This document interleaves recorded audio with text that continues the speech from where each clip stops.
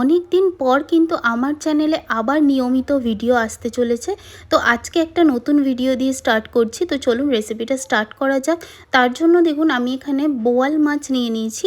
আমি কিন্তু বোয়াল মাছের ঝাল রেসিপি শেয়ার করব। তো বোয়াল মাছগুলো আমি ভালো করে ভেজে নিয়েছিলাম। এবারে ওই মাছ ভাজার তেলের মধ্যে আমি আলু দিয়ে দিলাম।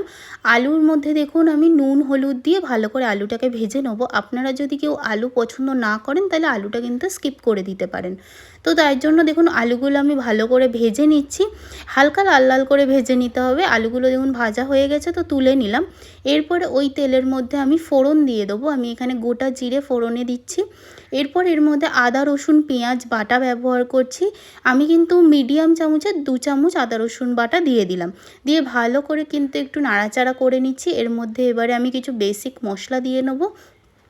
হলুদ গুঁড়ো, ঝাল লঙ্কার গুঁড়ো, ধনে গুঁড়ো, জিরে গুঁড়ো দিয়ে নিচ্ছি। নিয়ে অল্প পরিমাণে কিন্তু জল দিয়ে আমি মশলাগুলোকে ভালো করে কষিয়ে নেব।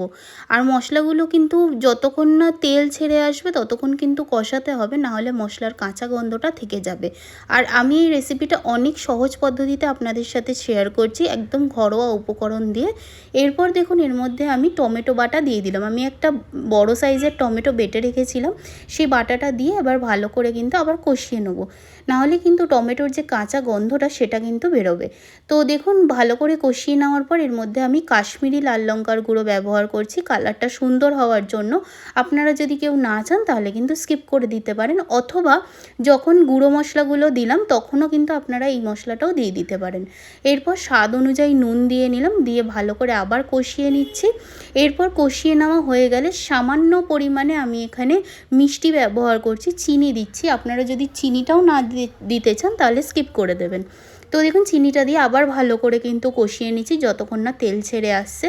তো দেখুন আমার ভালো করে মশলাগুলো কষিয়ে নেওয়া হয়ে গেছে। এরপর আমি এর মধ্যে ভেজে রাখা আলুগুলো দিয়ে দিলাম, দিয়ে মশলার সাথে ভালো করে মিক্স করে নিচ্ছি।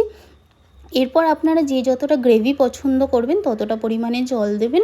আমি কিন্তু বেশি গ্রেভি রাখবো না, এটা একটু মাখা মাখা করব, তাই কিন্তু অল্প পরিমাণেই জল দিলাম। দিয়ে এবার ভালো করে কিন্তু নাড়াচাড়া করে নিচ্ছি, নিয়ে ঝোলটা কিন্তু ভালো করে ফুটিয়ে নেব। ঝোলটা ফুটে আসার পর এর মধ্যে আমি ধনেপাতা ব্যবহার করব। ধনেপাতাটা দিয়ে দিচ্ছি দেখুন।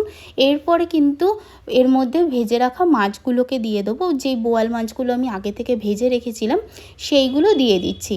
দিয়ে ভালো করে নাড়াচাড়া করে নিলেই কিন্তু বোয়াল মাছের ঝাল রেসিপি একদম রেডি হয়ে যাবে। তো দেখতেই পেলেন কতটা সহজ পদ্ধতিতে আমি আপনাদের সাথে এই রেসিপিটা শেয়ার করলাম। আর আপনাদের যদি ভালো লেগে থাকে তাহলে প্লিজ একটা লাইক করে দেবেন, সাবস্ক্রাইব করে দেবেন, আর কমেন্ট করে জানাবেন রেসিপিটা কেমন লেগেছে। আর অন্য কোনো রেসিপি যদি আপনারা দেখতে চান তাহলে কিন্তু অবশ্যই করে কমেন্ট করে জানাবেন যে কোন রেসিপিটা আপনারা দেখতে চাইছেন। তো আমি আমার তরফ থেকে অনেক সহজ পদ্ধতিতে কিন্তু আপনাদের সাথে রেসিপিটা শেয়ার করব। Thank you.